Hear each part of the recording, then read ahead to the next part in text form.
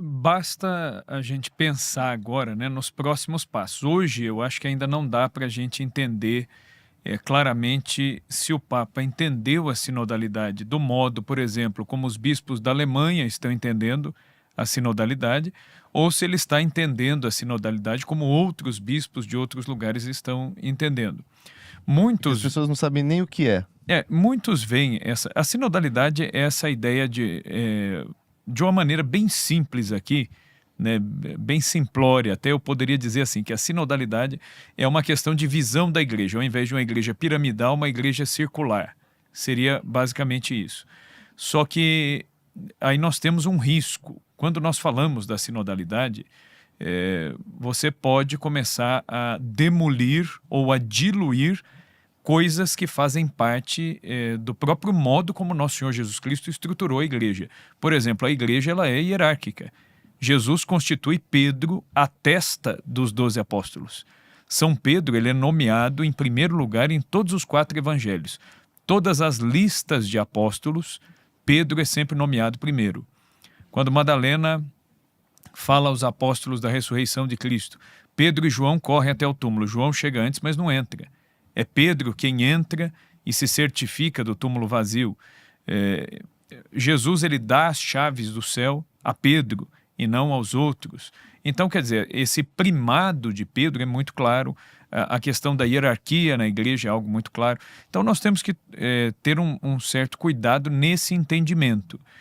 Por exemplo, os bispos alemães, que é uma conferência episcopal muito complicada, até o Papa Francisco, recentemente, né, ele chegou a fazer uma brincadeira com um bispo alemão que não gostou da brincadeira. Quando vieram, disseram para o Papa: olha, são os bispos alemães representando a Conferência Episcopal Alemã.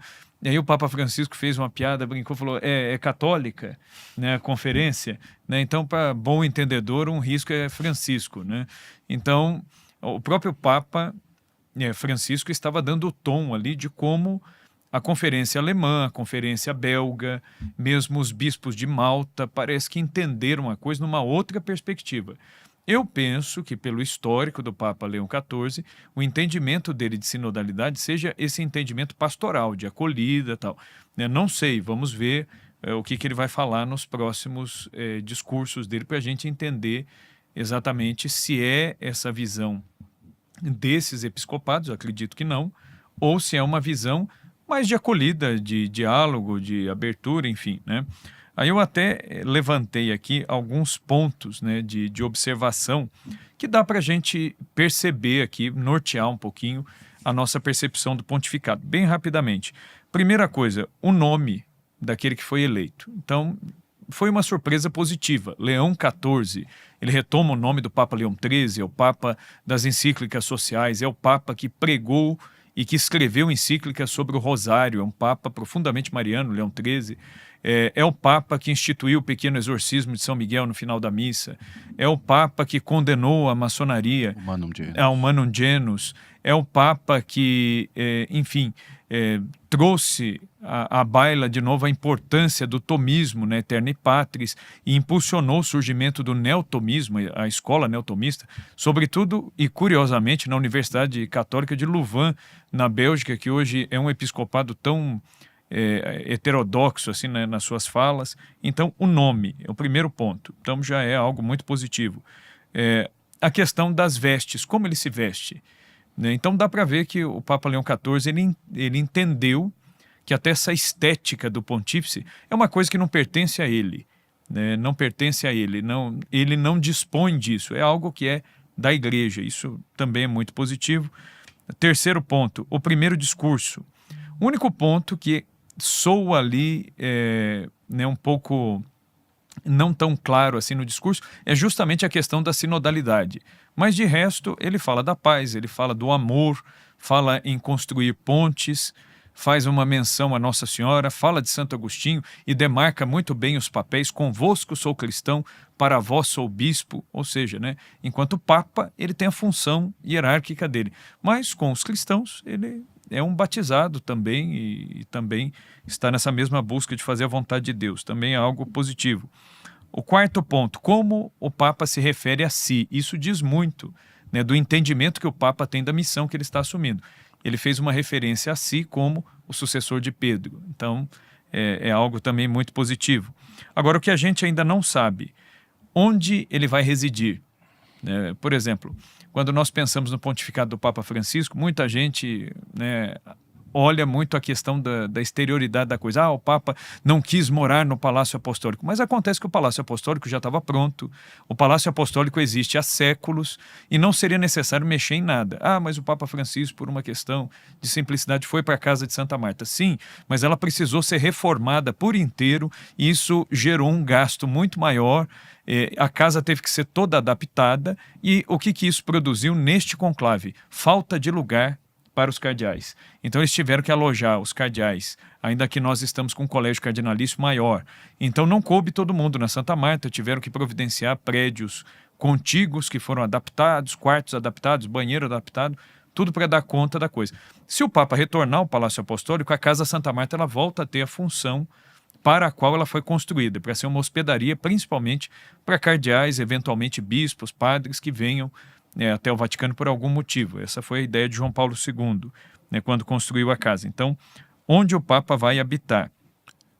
Depois a questão, quais serão as atitudes do Papa ante os episcopados mais complicados, mais heterodoxos? O que o novo Papa vai fazer diante das atitudes que beiram o cisma em relação ao episcopado da Alemanha, que desafia a autoridade da igreja, o episcopado da Bélgica, bispos que falam abertamente coisas que são contrárias à doutrina da igreja. Como que o Papa vai lidar, como que ele vai buscar esta unidade e evitar esta divisão? Então, isso dirá muito a respeito do Papa. Depois, quem será o secretário de Estado? Nós temos que observar essas nomeações do Papa, quem ele vai colocar como seu secretário de Estado. A nomeação de um secretário de Estado, que é quem vai conviver mais diretamente com o Papa, uma espécie de primeiro-ministro, também vai dizer muito a respeito desse pontificado. Depois, o 8º ponto, as nomeações-chave. Por exemplo, quem o Papa Leão XIV escolherá para presidir a Congregação para a Doutrina da Fé, o dicastério agora, né, para a Doutrina da Fé. O dicastério para a Doutrina da Fé tem a missão de salvaguardar a integridade, a pureza da fé católica.